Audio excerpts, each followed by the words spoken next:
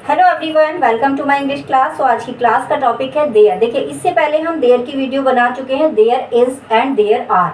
There is का use हम कब करते हैं? जब सिंगुलर होता है तो हम इज का यूज करते हैं, और इसके साथ साथ यदि प्लूरल होता है तो हम आर का यूज करते हैं। और किस कंडीशन में करते हैं? जब एक तो चीज़ें हम काउंट कर रहे हैं, कोई भी चीज़ हम काउंट कर रहे हैं कि एक है, दो है, बहुत सारा है, थोड़ा सा है, उस कंडीशन में हम सब्जेक्ट में देयर का यूज़ करते हैं। और दूसरी कंडीशन ये होती है कि सब्जेक्ट का हमें पता नहीं होता है कि इस सेंटेंस में सब्जेक्ट क्या है, उस कंडीशन में हम देयर का यूज़ करते हैं। तो ये तो था there is and there are का यूज़। इसके बाद बात करते हैं देयर हैज़, हैव की।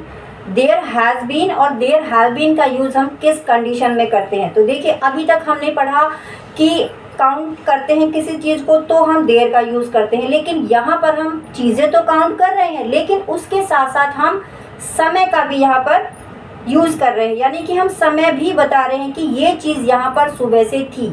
किस तरीके से बात करेंगे? तो चलिए क्लास का टॉपिक स्टार्ट करते हैं। यही है आज की क्लास का टॉपिक कि देयर हैज़ बीन और देयर हैव बीन का यूज़ हम कैसे करते हैं, और इसका यूज़ हम प्रेजेंट में करते हैं। और समय का यूज़ बताने के लिए हम सिंस और फोर का यूज़ करते हैं। सिंस का यूज़ निश्चित टाइम के लिए होता है, और फोर का यूज़ हम अनिश्चित टाइम के लिए करते हैं, जिसका हमें पता नहीं होता है, जिस समय का हमें पता नहीं होता है, वहाँ पर हम फोर का यूज़ करते हैं। जैसे कि कई दिनों से, तो हम वहाँ पर फोर का यूज़ करेंगे, यानी सुबह से है तो हम सिंस का यूज़ करेंगे। तो चलिए स्टार्ट करते हैं आज की class. Use of there, there का यूज़ हम करेंगे हैज़ बीन और हैव बीन के साथ। तो कुछ एग्जाम्पल है जिससे हम सीखेंगे कि हम हैज़ बीन और हैव बीन का यूज़ कैसे करेंगे देयर के साथ। तो देखिए, क्लास में 15 स्टूडेंट्स सुबह से थे। अब यहाँ पर टाइम मेंशन किया गया है, यानी there have been 15 students in the class since morning, यानी सुबह से थे तो हमने सिंस मॉर्निंग का यूज़ किया है। दूसरा जो हमारा सेंटेंस है, इस गांव में यह मंदिर कई सालों से है। कई सालों से है, यानी कि हमें नहीं पता कितने साल हैं, कई सालों से है। कौन से साल है नहीं पता, तो हम यहाँ पर फोर का यूज़ करेंगे। देयर हैज़ बीन, एक मंदिर है इसलिए हमने हैज़ का यूज़ किया है। There has been this temple here for many years, मतलब बहुत सालों से है। क्लास में 2 कुर्सियां कई दिनों से हैं। अब देखिए, कई दिनों से है, यानी कौन से कई दिन है हमें नहीं पता, तो हम यहाँ पर फोर का यूज़ करेंगे। देयर हैव बीन मतलब 2 चेयर्स हैं, बहुत सारी चेयर्स हैं, यानी एक से अधिक चेयर है, तो हम हैव बीन का यूज़ करेंगे।